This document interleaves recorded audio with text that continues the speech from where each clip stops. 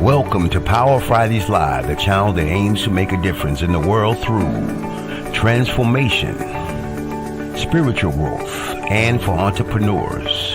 Our vision is to empower individuals to live their lives with purpose and to make a positive impact on the world. We believe that power and purpose are the driving forces behind success and fulfillment in both personal and professional life.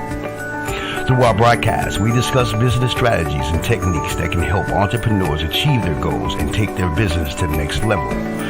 We believe that through sharing knowledge and experience, we can empower each other to succeed and make a difference in the world. Now here's our host, Janelle Pulley. Hello, welcome to Power Fridays Live. I'm your host, Janelle Pulley, and I am super excited to have with us this evening Dr. Zakiya Mabery. She's an author, three-time author, international speaker, independent consultant who helps businesses, colleges, universities, and communities design programs that address mental health, diversity, equity, inclusion, and accessibility, in addition to social justice issues. Her expert opinion is frequently sought after by the media, federal government, the United States military, and professional organizations. Dr. Mabery is well known for initiative programs which address issues of mental health, overcoming adversity, disability, inclusion, bias, inclusive leadership, intersectionality, and bystander intervention. So welcome, Dr. Mabery, or Dr. Zakiya, as I like to call you. How are you doing this evening? I'm well, Janelle. Thank you so much for having me, and happy belated birthday to you. Thank you so much. I appreciate that. Well, Dr. Zakiya, I am super excited to get to learn more about you. I know we met through a different platform, but a lot of times I interview people and that I know, but we learn a lot of different things about one another through the process. So can you tell us a little bit about, where you grew up and how you grew up? Sure. Well, I grew up as a military brat, so traveling every 2 to 3 years. I grew up mostly in Germany, so I love Europe. And I think the reason why I love to travel even now as an adult is because we grew up traveling and embracing different cultures. And that's kind of how I think I found my path. So as an adult,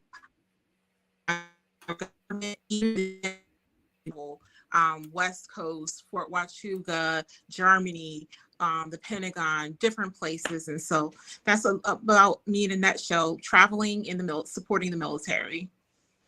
Oh, very great. Well, thank you so much for your parents' service there and your service as well, because, as a person who's a child of someone in the military, you serve as well. So thank you so much for your service. Thank you for your support. Oh, and my other half, he's currently active duty. So I was born into it. It was your destiny, right? Oh, it was. Well, a little bit more about your destiny. I find it very great conversation, as we, come to the end of September, a lot of things, there's awareness about a lot of things. And currently with the state of the union, I should say, the state of America and other countries, coming on the outskirts of the coronavirus, COVID, whatever you want to call it, then now people have learned more that we should have this conversation about mental health. Yes, and it's coming. It's never left, in my opinion, but it's on the rise again. So, what would you say in lieu of, as far as our mental health is concerned and dealing with illnesses such as mental health and how we should approach it with our families and ourselves for self-care purposes, and our families and our friends? Well, thank you for mentioning mental health, because we're at the end of September, and September is Suicide Awareness Month. And oftentimes people, especially in the Black and Brown community, are afraid to have a tough conversation centered around mental health. Now, we all have mental health, just like we have physical health, but mental illness is where the stigma lies. If you've been diagnosed with PTSD, bipolar, schizophrenia, anxiety disorder, all those different things, it's talking about it and being diagnosed with it is similar to having asthma, cancer, diabetes. It's an illness. And when you have an illness, it should be treated by a professional, a medical professional. And it's nothing to be ashamed of. The more we have these vulnerable conversations about, especially leadership, because they set the example, right, about mental health, I think the stigma will be lower.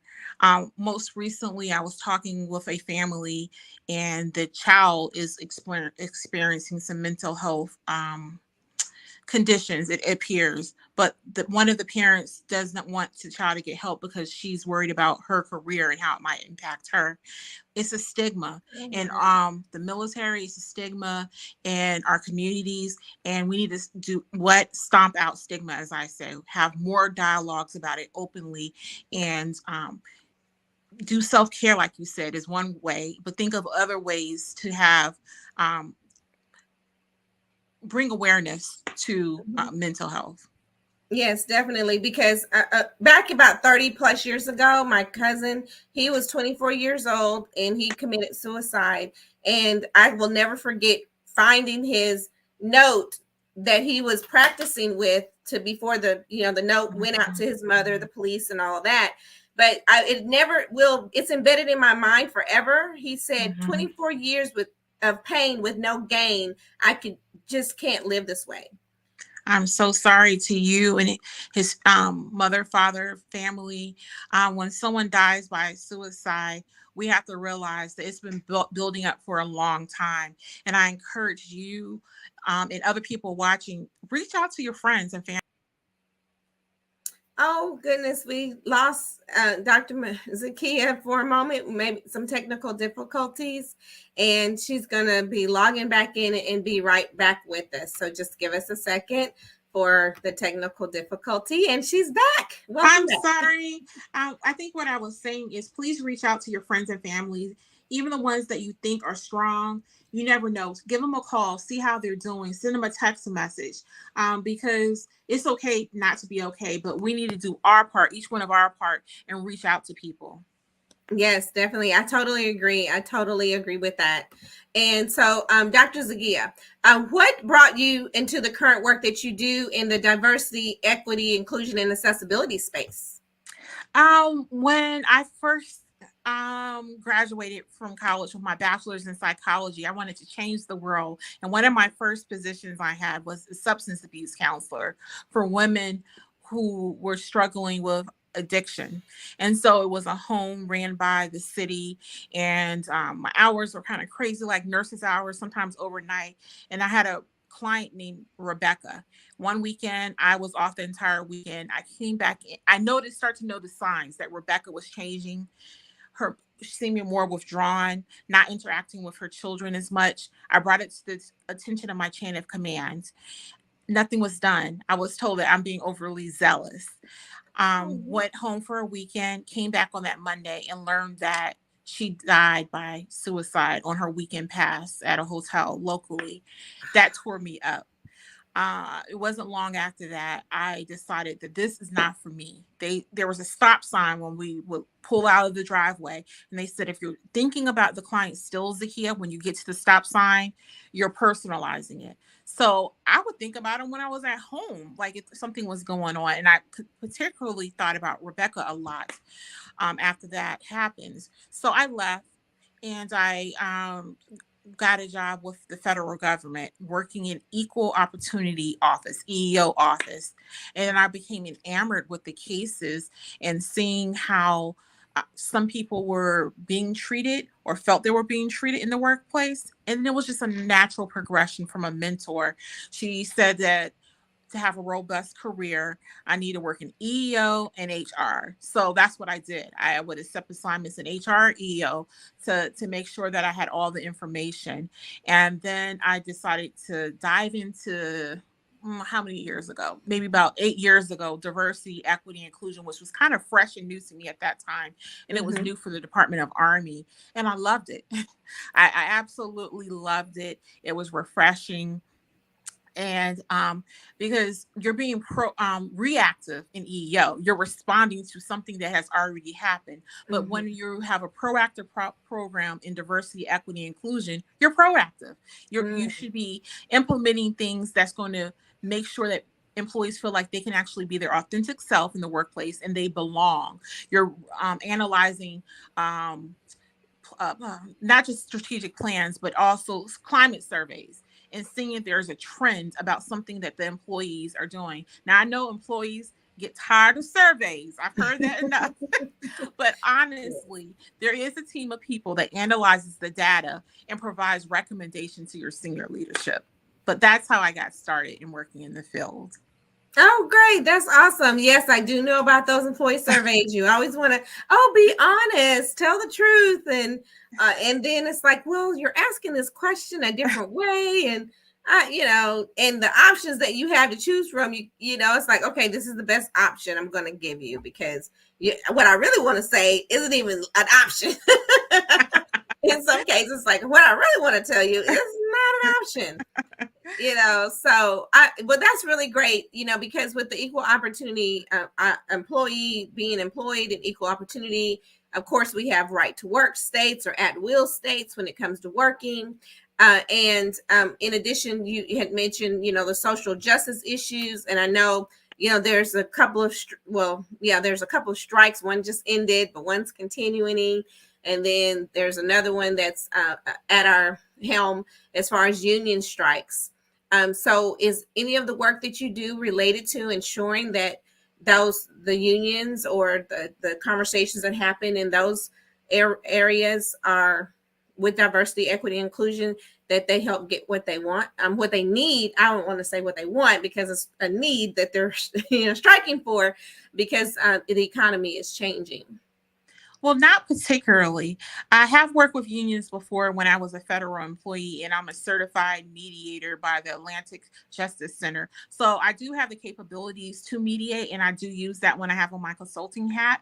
But if an organization wanted me to come in and have sensing sessions or to try to mediate a particular issue, I'm more than willing and able. You guys can see my contact information below. Just give me a call.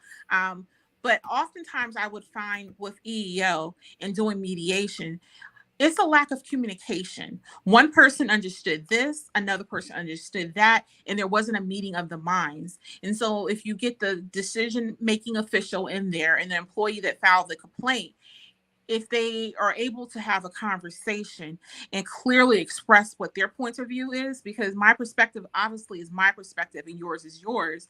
But if we are able to have with a third party neutral in there, a conversation, you might be able to see just a glimpse of the other person's point of view. And that's usually when we can reach a settlement. Okay, well, that's good to know. And I'm put your business card at the bottom. So, scroll and get in touch with Dr. Zakiya if you have an interest with your company, your business. If you're an entrepreneur, you serve small businesses, medium businesses, and large corporations. Yes, I do.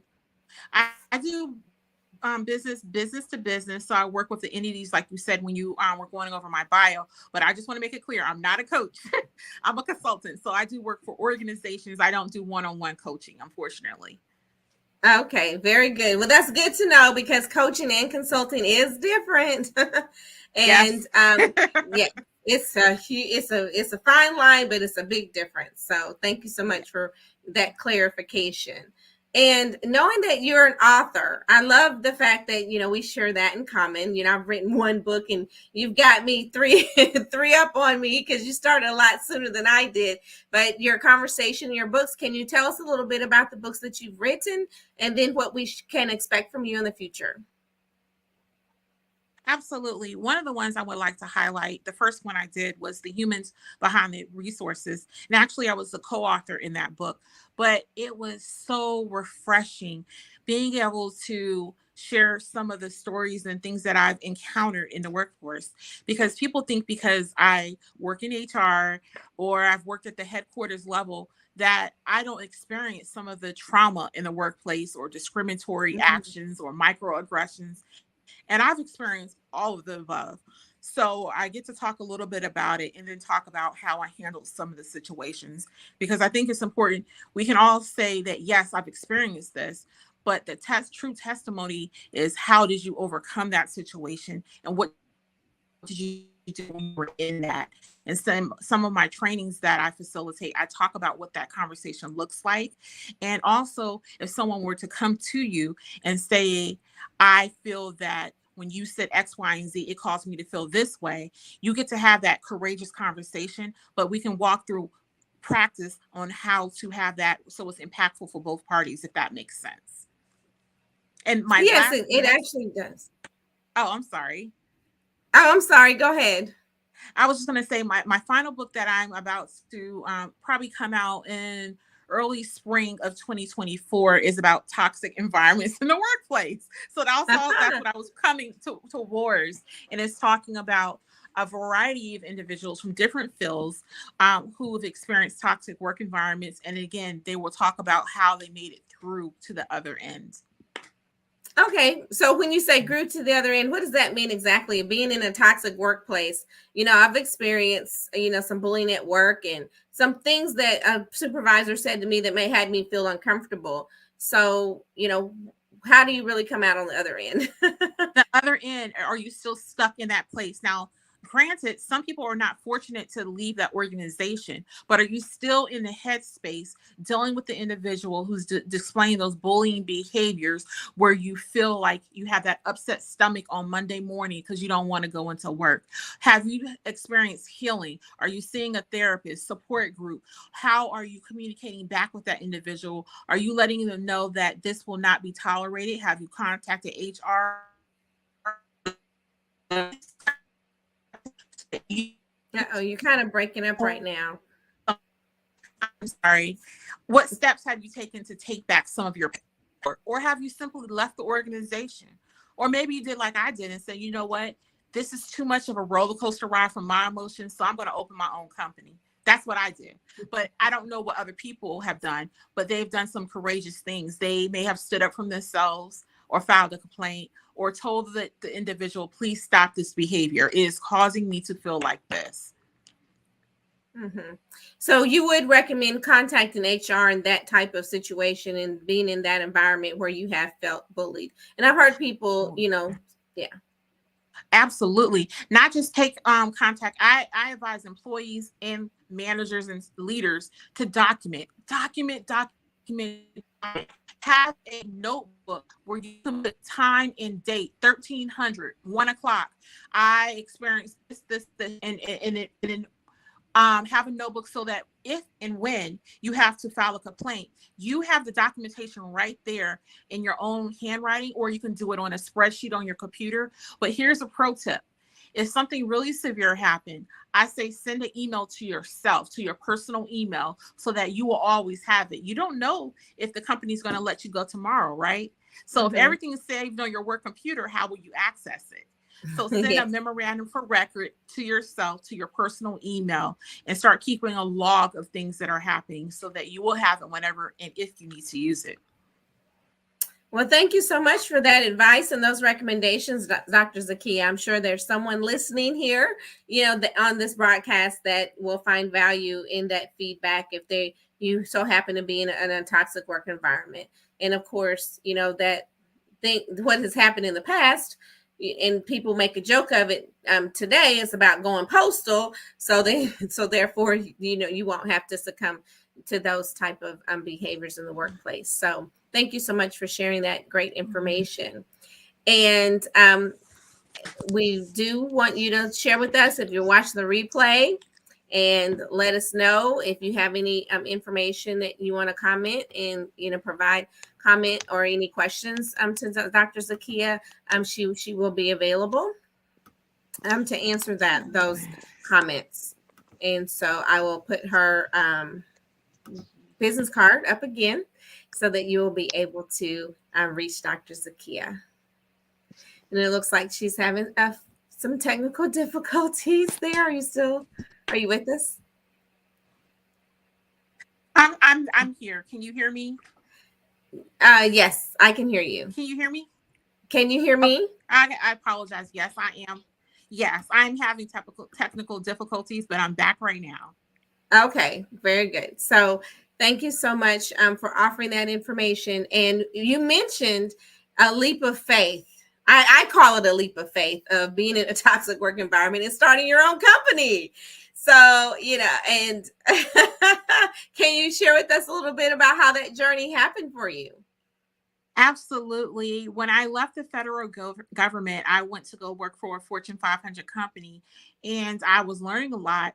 However, I decided that, it'll be good if I had something on my own. I started to get offers for speaking engagements, but they were like, well, what's your company? And I didn't have one. So I created one. And I wasn't able initially to work under my business because it was non-complete laws with the organization. But when I left the organization, it was refreshing. I had better work-life balance because oftentimes many of you can identify with that you have to do like work engagements. Now, they're not saying it's mandatory, but if your presence is not shown, that might create some kind of bias when it comes to performance evaluation, that you're not a team player, you're not attending all these functions. So when I started working for myself, it was a relief that I didn't have to do things. I do have to do networking, like I met you, Janelle, but it was virtually, and I felt very comfortable in the environment. So I get to now be a little more selective of who I work with, and my work-life balance has leveled out some. One thing I would like for people to know, it's just not all cherries and butterflies, or however they say, because sometimes you can get clients who are more performative, wanting to hire a DEIA person to say, hey, look, we have a person now. So we check the box. So sometimes you have to politely let them know, these are the things that's outlined in our contract. These are the things that I would do. These are the things that need to be done. So you have to be able to have some tough conversations sometimes with your clients. Mm-hmm. Wow. It sounds like you have a lot of tough conversations, and the strategic planning piece is imperative to the type of work consulting that you do. Absolutely. I would say that is so true. Okay, very good.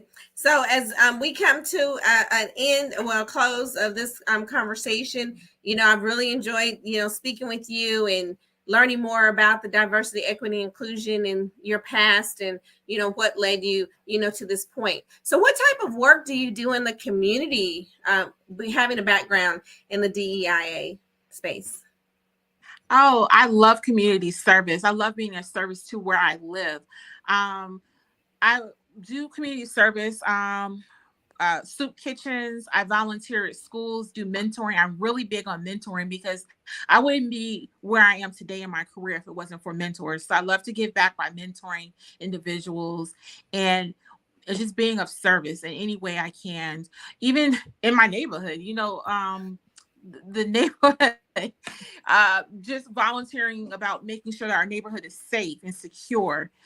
So I'm new to the area that I live in now. Don't want to say it's not necessarily where it is, but I'm trying to learn the community and learn the key players and how to navigate this area.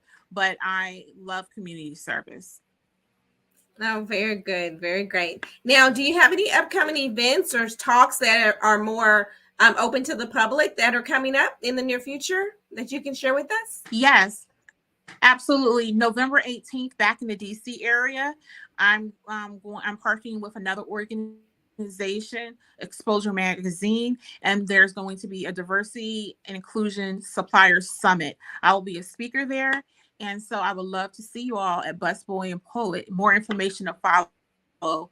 So if you follow me on my socials, or if you want to sign up for a newsletter, you'll get more information. And if you think that you can be a great speaker for this platform, we have applications now open up until the 5th of October. Okay, very good. So you're looking for speakers as well. We're looking for speakers as well. Okay, great. I'll have to refer a couple of people that I know that are awesome speakers, and I know that they champion themselves in the diversity, equity, inclusion space as well. So that's awesome. Wonderful. Yes, that's great. So is there anything else that you want to share with us about being a business owner, being an author, and working with corporations, and how someone, if they're looking to branch out as an entrepreneur, branch out as an author, what advice would you give them? Stay true to yourself and be the change that you want to see. One of the things I learned when I was in ROTC at Virginia State University was you have to lead. If you want to be a good leader, you have to be able to lead from behind. You have to be able to get dirty, put your hands in the dirt, and be able to do the things that you're asking other people to do. And remember, inclusion starts with an I. So if you want to be inclusive, it starts with yourself. A lot of people like to throw out fancy terms like emotional intelligence. Well, one of those things that key tenets is knowing about yourself, right? You have to be able to evaluate yourself and see where there are areas that you exceed and areas where you need to improve. And if someone is giving you some feedback, you might need to take a look in the mirror and maybe evaluate should you digest what the person is saying to you. So being an entrepreneur is fun, but it also has its moments, its challenges. And so you need to be a little more, have a virtual coffee date with an entrepreneur who's doing the work that you want to do. Maybe have several coffee dates virtually to learn more about it. I would recommend before you dive face into the being an entrepreneur. Okay, very great. Thank you so much for sharing those tips for entrepreneurship. And now with you having been an author, are your books available on Amazon? Yes, they're available on Amazon. And also, if you go to my digital card that's below the Infone CO Zakiya, Dr. Zakiya, you can also find them on my webpage. Okay, very great. Well, I know there's a lot of people out there that are, like, oh, is it on Amazon? Is it on Amazon? And available in paperback? Is it available audio? No audio, but on paperback. Okay. Yes. Okay. Great. So yes, for all of the listening, the learners who learn by hearing, you just got to wait a little bit to get the audio version. We're working on that. Yes, I'm working on that with my book as well. I'm like, what do you mean? It's like, well, if it was an audio book, I'd buy it. And I was like, I listen to my books, and I was just like, okay, I'm just that old fashioned, library person that loves to just feel, touch, and turn the page type person. Yes, big ups for Generation X. Hey. Definitely. So before we go, we love stories. And if there's one story that you can leave us with on how you really turn someone's company around or turn someone's life around with the work that you do in the diversity, equity, inclusion space or the mental health space, do you mind sharing that story with us before we go? I wouldn't say turn someone's life around, but I definitely know when I get the messages on the surveys from facilitation that this was dynamite, it's made an impact. Or when you have someone come back to you like a year later or 2 years later, and they share, when you gave XYZ example, it really hit home. One of the ones is talking about mental health. A woman said that how she had been communicating with her son, she wasn't making any impact, and he was having some mental health challenges. And so some recommendations on techniques on how to talk to someone. And one of my facilitations, she sent me a beautiful note talking about how she used them at home, not just in the office, but at home with her son, and how it really made a difference. And that certainly warmed my heart.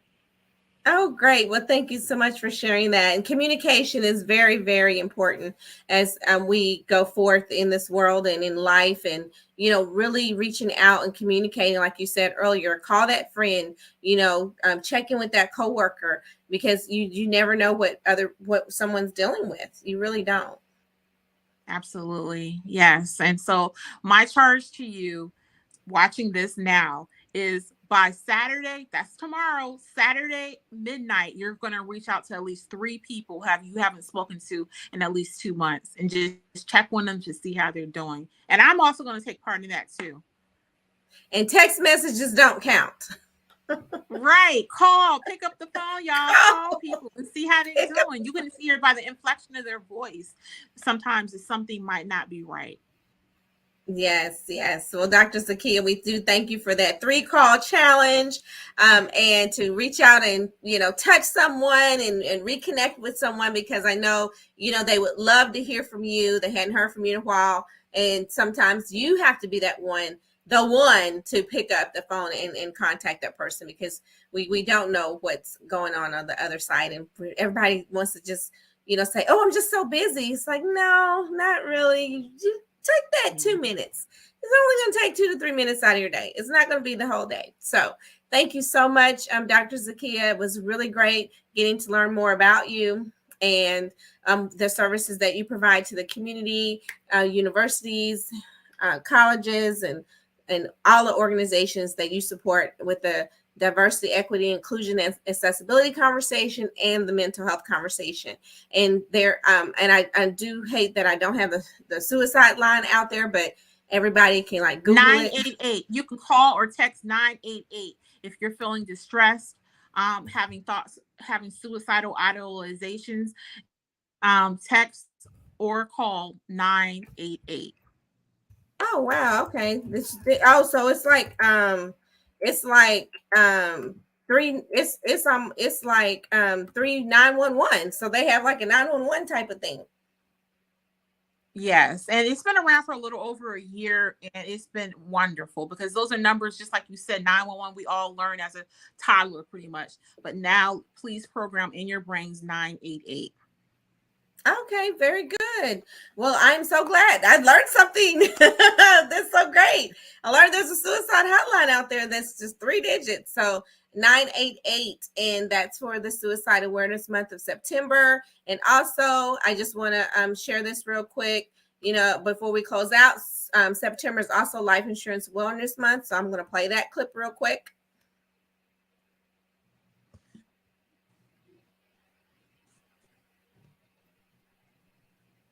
So September is also Life Insurance Awareness, Suicide Awareness. And so we want to make sure that you are all aware of the various opportunities that you have in this life. And we want to keep on living. Just keep on living, okay?